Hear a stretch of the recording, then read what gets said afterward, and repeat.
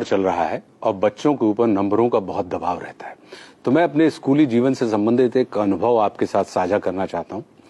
मैं सिर्फ उतना ही पढ़ता था जितना कि परीक्षा में पास होने के लिए आवश्यक होता था, क्योंकि मेरी सहज रुचि सामान्य शिक्षा में नहीं थी। मुझे कला, खेलकूद, इसमें एक व्यक्तिगत रुचि हुआ करती थी।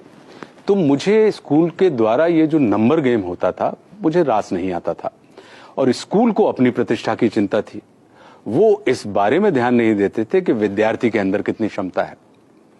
तो एक दिन मैं गुस्से में आया और मैंने अपना बस्ता मां के सामने फेंक दिया। मां समझ रही थी कि मुझे समस्या विद्या से नहीं है, विद्यालय से है, या विद्यालय के उस वातावरण से है जिसमें नंबरों का दबाव मेरे ऊपर डाला जाता है। तो मां ने ध्यान से देखते हुए मुझसे पूछा कि अच्छा, ये बताओ कि तुम स्कूल क्यों जाते हो?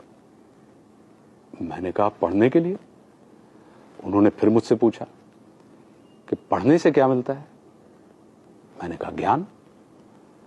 वे बोली, ठीक है, अब ये बताओ कि ज्ञान किसे कहते हैं? अब मैं सोच में पड़ गया। मुझे मौन और समझने की स्थिति में देखकर वे बोली कि ज्ञान हमें अड़ना भी सिखाता है और लड़ना भी सिखाता है। मैं चाहती हूं कि तुम अड़ना नहीं, लड़ना सीखो। लड़ना समझते हो? मैंने कहा, जी, मारना पीटना।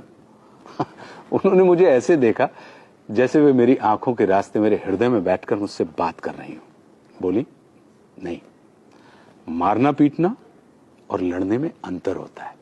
मारपीट में या तो तुम किसी को हराते हो या कोई तुमको हराता है, लेकिन लड़ने में किसी को हराने का नहीं, उसे जीतने का भाव होता है।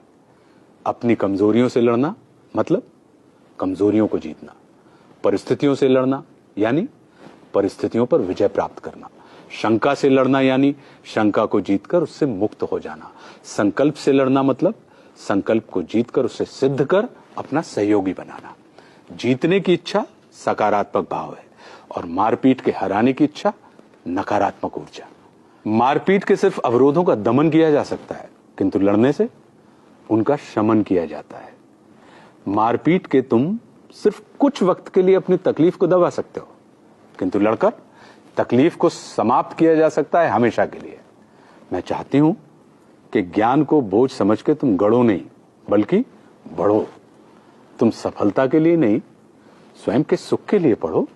फिर स्कूल में तुम अड़ना नहीं, लड़ना सीखोगे। हम तुम्हें स्कूल परीक्षा में आए प्रश्नों का उत्तर सीखने के लिए नहीं भेजते, बल्कि जीवन की परिस्थितियों का हल ढूंढने के लिए भेजते हैं। पढ़ाई बोझ बढ़ाने के लिए नहीं, बोझ हल्का करने के लिए होती है। आज उम्र के इस मोड़ पर खड़ा होकर सोचता हूं तो लगता है कि मां कितना सही थी। हम अपने बच्चों को स्कूल की परीक्षा में अव्वल आने के लिए उन पर दबाव डालते हैं। शायद इसलिए वे स्कूल में अव्वल आने के बाद भी जीवन भर फेल होने के एहसास से भरे रहते हैं। हमें अपने छोटे छोटे बच्चों से बड़ी बड़ी बातें करनी चाहिए, ताकि वे बड़े होकर छोटी छोटी बातें ना करें।